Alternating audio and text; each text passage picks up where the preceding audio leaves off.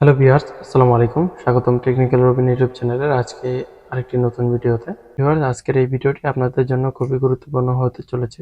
তো আপনারা সবাই ভিডিওটি না টেনে সম্পূর্ণ দেখবেন।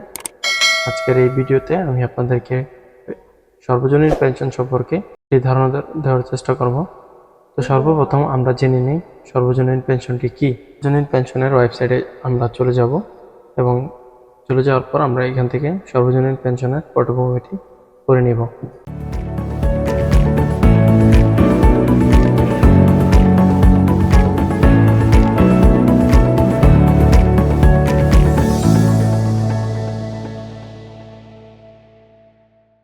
তো ভিউয়ার্স, এখানে আমি পেনশন স্কিমের ওয়েবসাইটে চলে এসেছি।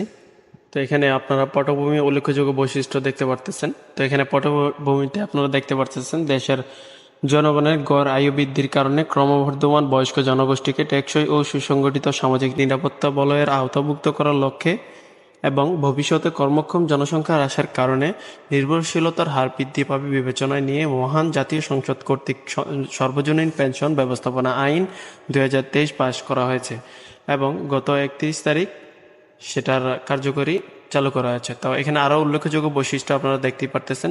জাতীয় পরিচয়পত্রকে ভিত্তি করে 18 বছর তদুর্ধ্ব বয়স হইতে 50 বছর বয়সী সকল বাংলাদেশি নাগরিক সর্বজনীন পেনশন স্কিমে অংশগ্রহণ করতে পারবে।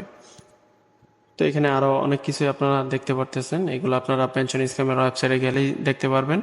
তো আমি পেনশন স্কিমের ওয়েবসাইটটি আপনাদের ভিডিও ডিসক্রিপশনে দিয়ে দিব। তো এখানে বিদেশে কর্মরত বাংলাদেশি কর্মীগণ কর্মসূচিতে অন্তর্ভুক্ত হতে পারবেন।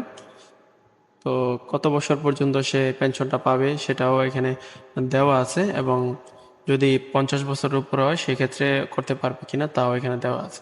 তো আমি এখানে প্যাকেজ স্কিমগুলো দেখাচ্ছি। তো এখানে সমতা স্কিমে আমরা চলে যাই।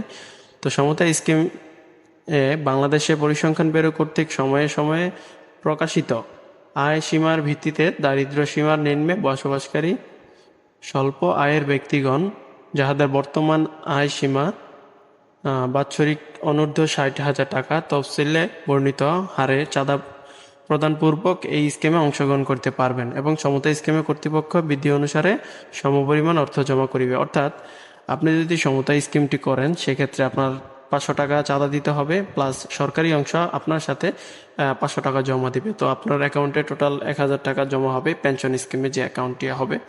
তো সেটা আপনি 10 বছর মেয়াদি দেখতে পারতেছেন কত টাকা পেনশন পাবেন। তো এখানে সুরক্ষা স্কিমে আনুষ্ঠানিক খাতে কর্মরত বা সকর্মে নিয়োজিত ব্যক্তি যেমন কৃষক, রিক্সা চালক, শ্রমিক, কামার কুমার, জেলে তাঁতি সহ সকলের জন্য উন্মুক্ত। তো এখানে 1000 থেকে শুরু করে 2000, 3000, 5000 টাকা।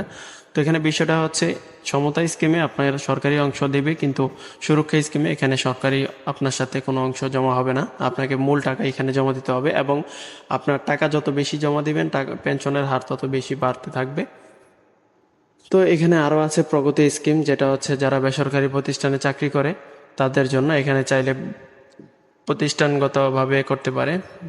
তো এখানে দেখা যাচ্ছে যে আপনি চাইলে ব্যক্তিগতভাবে করতে পারবেন অথবা আপনার বেসরকারি প্রতিষ্ঠান অর্ধেক টাকা বেসরকারি প্রতিষ্ঠান দিবে, অর্ধেক দিবেন আপনার বেতন থেকে। সেক্ষেত্রে এটাও আপনারা করতে পারেন অথবা নিজে এককভাবেও করতে পারেন।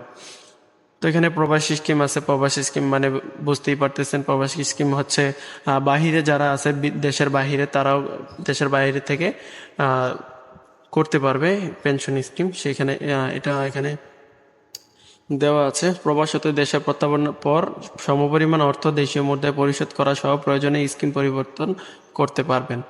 তো দেশের বাহির থেকে করলে সেক্ষেত্রে তার ক্রেডিট কার্ডের মাধ্যমে সেখানে পেনশনের টাকা পেমেন্ট করতে পারবে। তো এখানে 2000 টাকা থেকে শুরু, 2000, 5000, 7500, 10,000 টাকা পর্যন্ত অ্যাভেলেবেল রয়েছে, যেটা তার বয়স হিসাব করে সে জমা দিতে পারে। ভিডিওটি ভালো লাগলে অবশ্যই লাইক করবেন এবং চ্যানেলটিকে সাবস্ক্রাইব করে দিয়ে পাশে থাকা বেল আইকনটি বাজিয়ে দিবেন এরকম আরও নতুন নতুন ভিডিও পাওয়ার জন্য। কীভাবে পেনশন রেজিস্ট্রেশন করবেন উপরে আই বাটনে ভিডিও দেওয়া থাকবে এবং ভিডিও ডেসক্রিপশনে ভিডিও দেওয়া থাকবে, আপনারা রেজিস্ট্রেশন কিভাবে করতে হয় সেটা ভিডিও ক্লিক করে দেখে নেবেন। তো আজকে এই পর্যন্ত রইল, দেখা হবে নতুন কোনো ভিডিওতে। সকলে ভালো থাকেন, সুস্থ থাকেন। আসসালামু আলাইকুম।